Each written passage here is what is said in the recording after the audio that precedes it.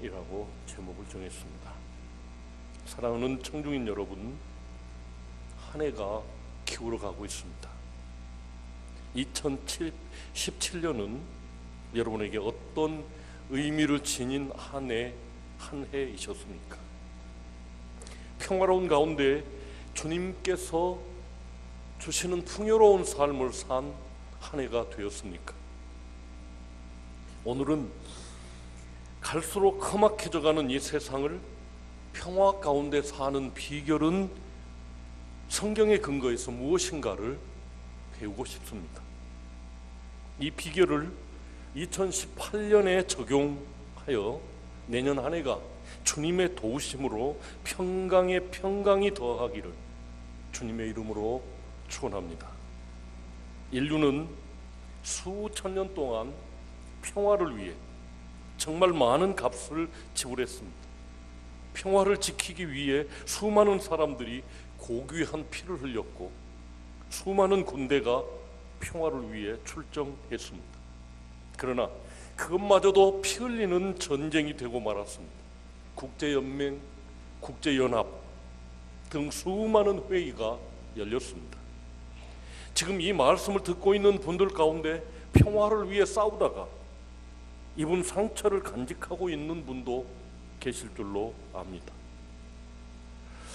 그러나 지금 평화는 점점 인류로부터 더 멀리 떠나가고 있는 것 같습니다. 어제는 그런 뉴스도 있었죠. 미국의 맥메스터 안보보좌관이 한반도에 먹구름이 밀려오고 있다. 성경이 가르쳐주는 이 평화의 비결을 가르쳐주는 지도자 없어 자기 소견에 오를 대로 살던 시대, 이웃 나라로부터 착취만 당하여 곤고한 삶을 살았던 시대, 평화가 없어 평화를 갈망하던 사사시대, 하나님께서 기드온에게 임하여 말씀하셨습니다. 비로소 자신이 여호와 샬롬, 평강의 하나님이심을 계시하신 것입니다. 나는 평강의 하나님이다. 나는 평화의 하나님이다. 내가 평화의 근원이다. 기드온이 가로되 여호와의 사자를 알고 가로되 슬프도소이다. 주 여호와여, 내가 여호와의 사자를 대면하여 보았나이다. 그래서 나는 죽고 살지 못할 것이라는 것입니다. 하나님을 보았기 때문에. 그러나 여호와께서 이르시되 너는 안심하라, 두려워하지 말라, 죽지 아니하리라. 그래서 기드온이 여호와를 위해 거기 단을 쌓고 이름을 여호와 샬롬이라 하였더라. 이것이 오늘 우리가 읽은 본문의 말씀입니다. 하나님의 백성들이 여호와 하나님을 떠나 자기 소견에 오른 대로 살던 시대, 그래서 약해졌고 그래서 이웃으로부터 심한 압제와 착취를 당하던 이스라엘이 가장 소망하는 것이 있었다면 그것은 평화였을 것입니다. 지금 우리나라가 그토록 많이 우리 입으로 부르짖는 평화 통일을 기대하는 것처럼 하나님을 떠나 스스로 풍요와 평화를 얻으려고 죄를 범하고 있었고 잘 살아보려고 예를 쓰면서 이방인처럼 우상도 숭배해 보았습니다. 그러나 결국은 이방의 압제로 인하여 하나님마저도 버림받았다고, 하나님께마저도 버림받았다고 느끼고 있을 바로 그때 하나님은 자신이 여호와 샬롬이심을 계시하십니다.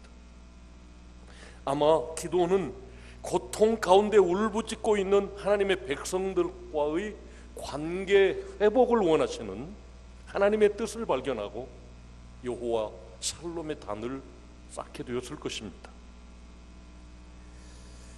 그가 발견한 평강의 하나님은 먼 훗날 자기 백성을 위하여 자신의 몸을 바쳐 희생 제사를 드릴 하나님의 어린 양 예수 그리스도를 알리는 결과를 가져왔습니다. 여호와의 사자, 기드온이 본 여호와의 사자는 사람이 하나님을 보면 죽는다라고 하는 느낌을 가졌던 여호와 하나님이셨던 것입니다. 거기 제사를 드리고 그 제사를 받는 여호와의 사자라면 틀림없이 성자 하나님, 하나님께서 보내신 말씀 하나님이셨을 것입니다. 사사시대와는 정반대로 현재 이스라엘은 군사력과 경제력에 있어서 이웃 나라들을 압도할 만큼 이기고 있습니다. 그러나 지금도 이웃 나라들과의 불화로 인하여 계속되어지는 폭탄 테러로 평화를 소유하고 있지 못합니다. 그 이유가 무엇일까요? 우리 모두들이 바라는 이러한 평화를 근본적으로 보장받을 수 있는 비결은 무엇일까요?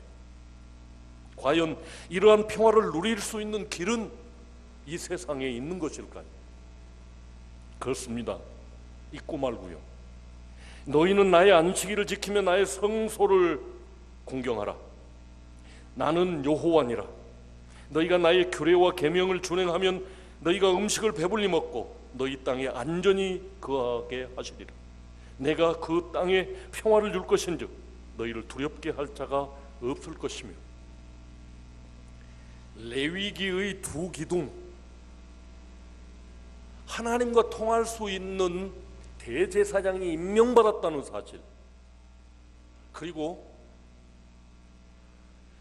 지금 제가 읽은 레위기 26장에서 하나님의 약속, 이 두 기둥을 가지고 레위기를 보면 레위기는 아주 쉽습니다. 간단한 책이고 이 레위기에 의해서 뒤에 있는 모든 성경들이 뒤따라오고 있다는 거예요. 성경 전체를 보는 눈이 열리게 될 것입니다. 계속해서 하나님께서 이렇게 말씀하십니다.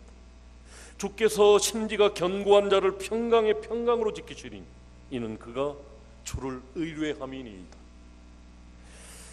하나님께로부터 평강을 얻은 심지가 견고한 사람은 마음이 한 곳에 머물러 변치 않은 사람을 가리킵니다.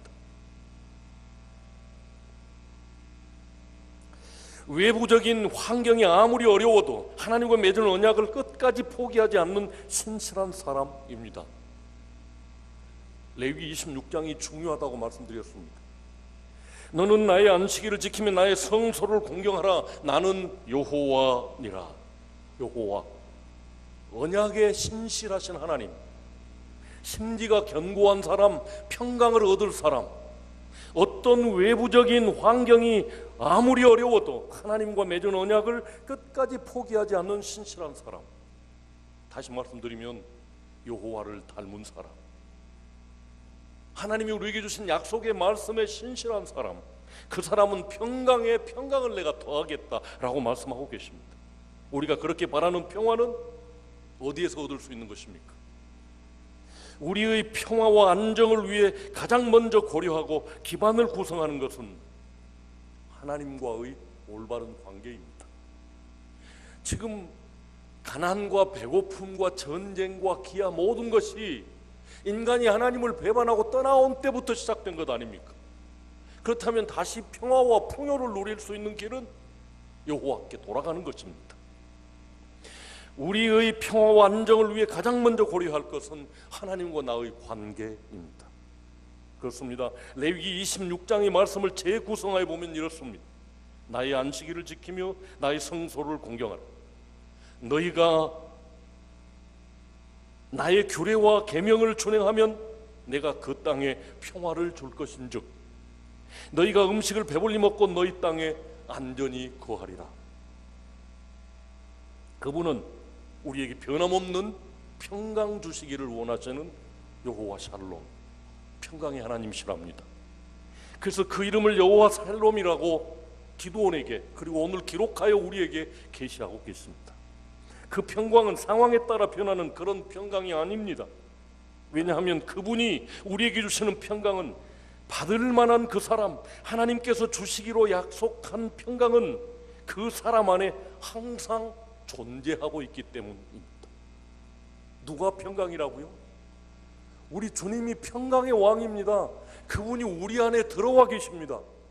그러면 우리는 평화로울 수 있습니다. 그분은 평화 그 자체이시고 평화의 보장이시고 평화의 산성이 되어 주시는 분이십니다. 그분이 오늘 탄생하셨고 그분을 영접하여 내 심령 가운데 모시라고. 그래서 너희가 하나님의 성전이 되어야 한다고. 가정 안에 그분이 주로 서 계시면 그 가정이 평화로울 것이라고. 나라 안에 계명을 지키며 안식일을 공경하고 성소를 공경하는 사람들이 많으면 평화가 그 나라에 있을 것이라 말하고 계십니다. 다시 핵심을 정리하면 안식을 지킴으로 그분을 공경하는 것입니다. 진리의 말씀으로 계시하신 안식일을, 주일을 지키는 이 진리의 말씀을 지킴으로 하나님의 말씀을 대접해 드리는 것입니다. 말씀 대접이 그 인격 대접이고 그분을 대접하는 것입니다. 그것이 곧 하나님을 공경하는 것이요, 그러면 평강에 평강을 더해 주시겠다고 약속하고 계신 것입니다. 지금 조금 더 구체적으로 평강을 찾아보겠습니다. 한 아기가 우리에게 낳고 한 아들을 우리에게 주신 바 되었는데 그 어깨에는 정사를 메었고 그 이름은 기묘자라 모사라, 전능하신 하나님이라 영존하신 아버지라 평강의 왕이라 할 것이라. 이사야 9장 6절 말씀입니다. 아마 이 말씀을 여러 번 들으셨을 것입니다. 이번 크리스마스 전후에서도 수없이 들었습니다. 이 아기가 우리에게 탄생할 때 하늘에서 천군과 천사가 노래했습니다. 지극히 높은 곳에서는 하나님께 영광이요, 땅에서는 기뻐하심을 입은 사람들 중에 평화로다 하고 찬양했습니다.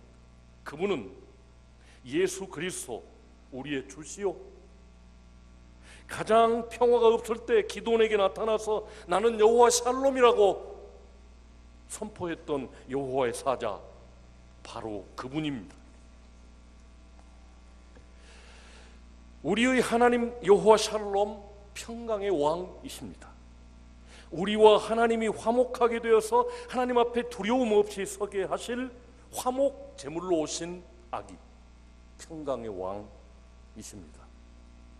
주님은 또한 십자가 지시기 전 마지막 밤에 이렇게 말씀하셨습니다. 평안을 너희에게 끼치노니 곧 나의 평안을 너희에게 주노라. 내가 너희에게 주는 것은 세상이 주는 것 같지 아니하니라. 너희는 마음에 근심도 말고 두려워하지도 말라. 주님이 주시겠다고 말씀하신 이 평강이 무엇일까요? 십자가 지시기 몇 시간 전입니다. 그들은 모든 평강을 잃고 뿔뿔이 흩어지고 두려워 벌벌 떨고 있을 그때에 하나님은, 예수님은 내 평강을 너희에게 준다 라고 말씀하셨습니다. 사랑하는 성도 여러분, 이제 평강을 찾고자 할 때 우리 앞에 다가와 있는 2018년 한 해의 평화를 위해 어디 가서 어떻게 이 평강을 얻으려고 하십니까? 우리가 그토록 사모하는 평강은 여호와 하나님께만 있습니다. 그 아들 여호와 샬롬, 평강의 왕께 있습니다. 한 가지 더 깊이 묵상할 진리가 있습니다. 하나님과 우리의 평화를 위해 화목제물이 되어 십자가에서 마지막으로 외치던 여호와 샬롬, 평강의 왕이신 주님의 말씀을 기억합시다. 다 이루었다. 샬롬의 대표적인 개념이 화목입니다. 더 구체적으로 풀이하면 샬롬이라고 하는 말은 원문에 관계의 조화, 거래의 완성, 채무를 완전히 지불하다, 만족을 주다 라고 하는 의미가 들어있습니다.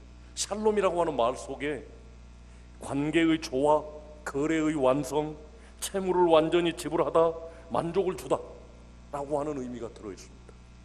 그런데 놀랍게도 주님이 외치시던 다 이루었다, 죽기 운명하시기 직전에 내 영혼을 아버지 손에 맡깁니다 라고 말씀하시기 바로 그 전에 다 이루었다라고 외치셨습니다.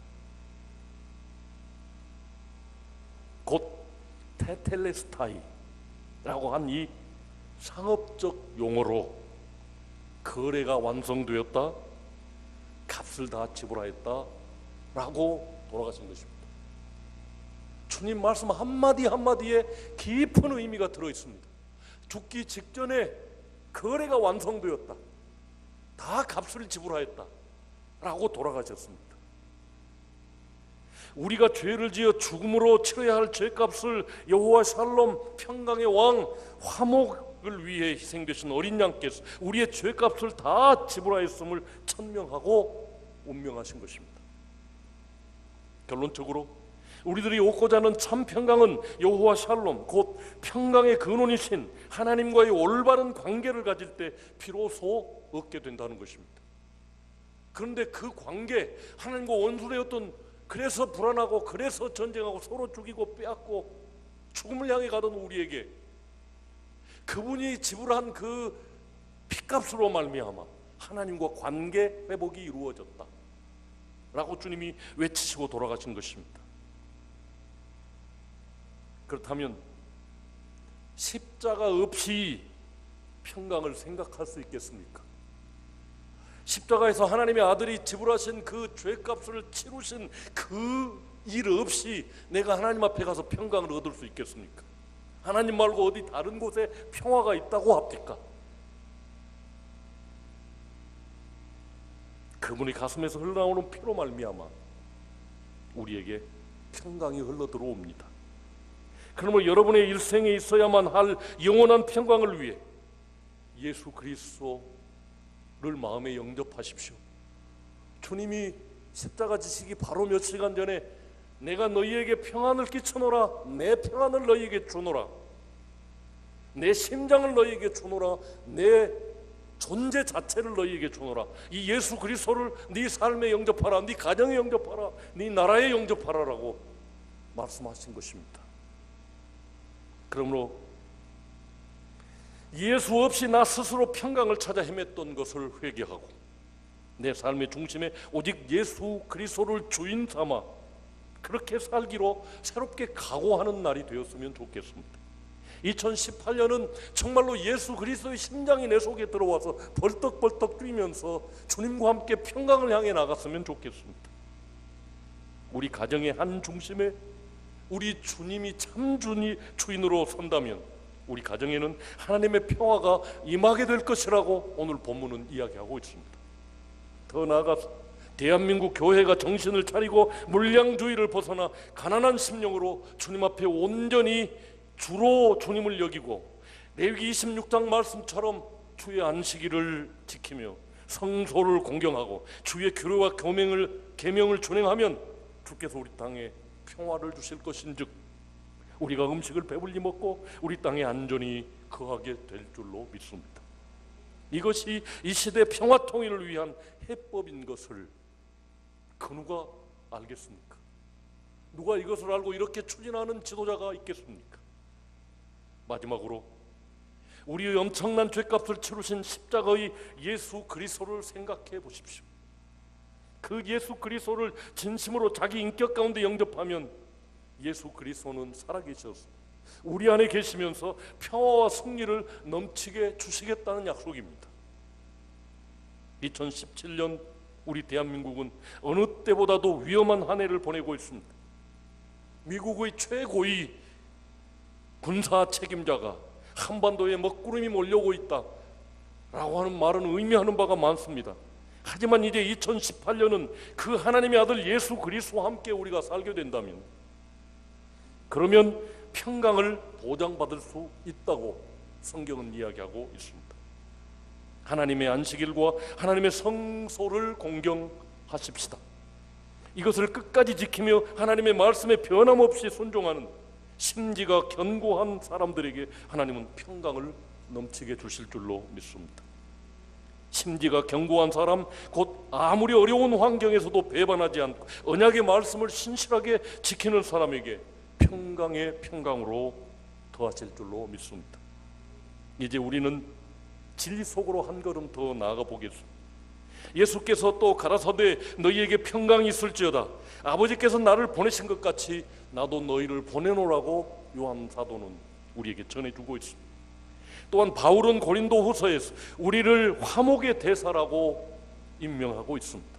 모든 것이 하나님께로 났으며 그가 그리스도로 말미암아 우리를 자기와 화목하게 하시고 또 우리에게 화목하게 하는 직분을 주셨으니 곧 하나님께서 그리스도 안에 계시사 세상을 자기와 화목하게 하시며 그들의 죄를 그들에게 돌리지 아니하시고 화목하게 하는 말씀을 우리에게 부탁하셨느니라. 그러면 우리가 그리스도를 대신하여 사신이 되어 하나님이 우리를 통하여 너희를 권면하신 것 같이 그리스도를 대신하여 간청하노니 너희는 하나님과 화목하라. 이제 하나님의 아들 예수 그리스도 안에서 샬롬을 체험한 사람이라면 하나님과 원수된 사람들에게 하나님과의 샬롬을 이루기 위해 예수 그리스도의 피 묻은 샬롬의 보물을 들고 우리가 나아가야 할 줄로 믿습니다.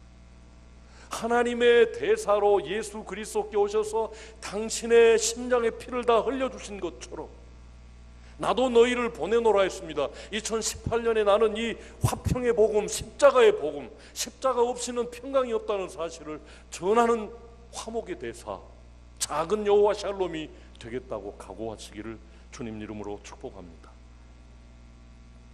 그것이 곧 샬롬의 삶이며 하나님께 드릴 산제사이며 우리가 적극적으로 드려야 할 영적 예배인 줄로 믿습니다. 그 각오를 새롭게 하는 절기가 바로 성탄절입니다.